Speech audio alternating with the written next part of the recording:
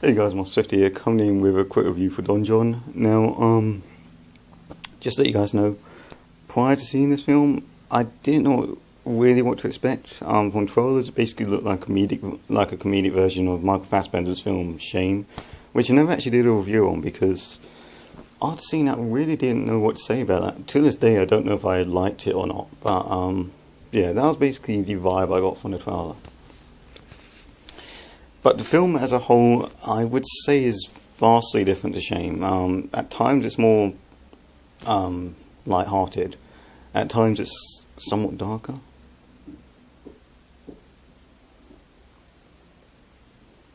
So as a whole, it basically becomes... It feels a lot darker because of how light-hearted some parts are, if you understand where I'm coming from. So that was the difference I found with this in comparison to a film like Shame. But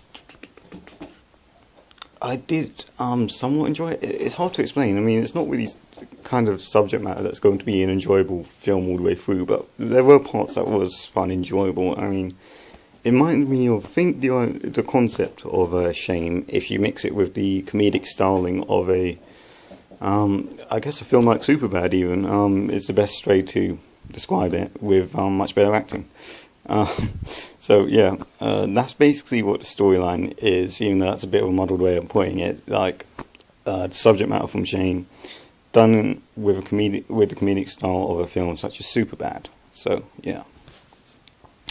Overall, the storyline was very interesting. I don't know if I'd call it enjoyable all the way through. As I said, parts of it were enjoyable, parts of it were funny in there.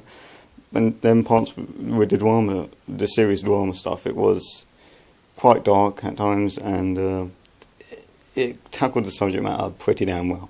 And I also like the whole message within the film of romantic comedies are the annoyance-wise, romantic comedies are the equivalent of porn towards women, you know? Like how annoying women will find guys that watch porn. Guys find how annoying it is that when you're forced to watch a rom-com. Basically, that seemed like to be the message I got from the film, and I thought that was a pretty interesting message to put out there. So, yeah. But taking all this into consideration, I'll probably give the film story and concept and all that. I'll probably give it an... I think I'm sitting on an 8 here. I think I'll give it an 8. Character-wise, well, here's the thing. Whilst the characters did have aspects of themselves which were relatable, and did come across as people I would kind of see in everyday life. They're not the kind of people I'd like to see in everyday life, but they are people I'd see in everyday life.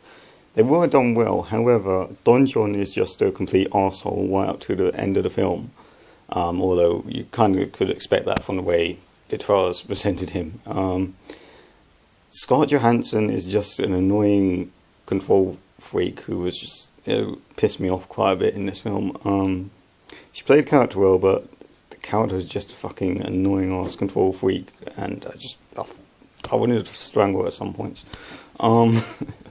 So yeah, the only real character in this film that seemed to be, likable was I don't know the name of the actress or the name of the actual character, I can't think of it, but the redhead girl, I don't know what her name is.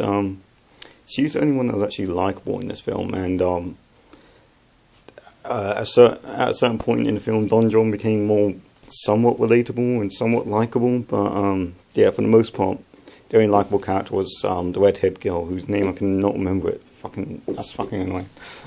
So yeah, character-wise, I'll give the film, I think that's an 8 as well, because they're played well, they're believable, but they're not very likable.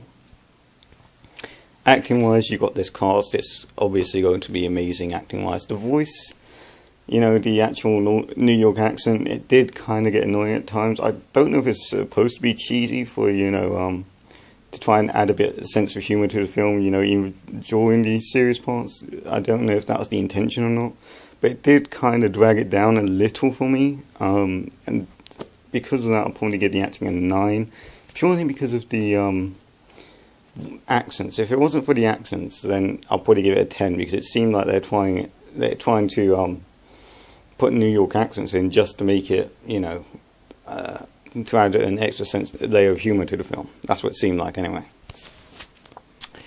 Then, of course, let's talk about the humour. The humour is done well. It's, I don't know, I don't know how to explain it, but for the subject matter, they tackled the humour pretty damn well, and it actually comes across really well, in my opinion. And yeah, I actually found some scenes in this film pretty damn hilarious.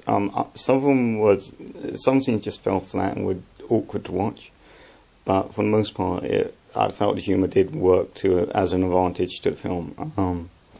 So yeah, humour-wise, I'll probably give it a 7, I guess. And overall, guys, I like Don Jon. I don't think it's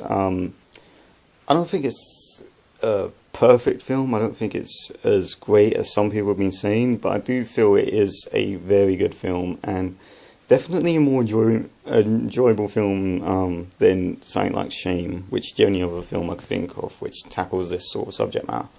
But yeah, so I recommend it if you, what's the best way to put it? If you like a film if you like Shame, and if you like Superbad, and you thought, ooh, I wonder what would happen if you put these films together, this is probably what you get. And if you like both those films and you'd like to see them put together, you'd probably get a kick out of this film. And that's the best way I can describe it, guys, because it's definitely far from your, you know, mainstream comedy. So yeah, it's an 18 for one thing, because they do show, they show somewhat clips from porn. They don't show all the serious stuff. They don't show any penetration or money shots or anything like that. But yeah, they show parts, just to let you know if you're going to find that awkward while you're watching it. And yeah, so overall I'll give Don Jon I'll give it an 8, I think. And I hope you guys enjoyed this review, even though I'm all over the place and it's fucking 7 minutes long. But yeah, so that's a quick review of Don Jon. Well, not quick, but it was a review of it. And it's Master50 signing out.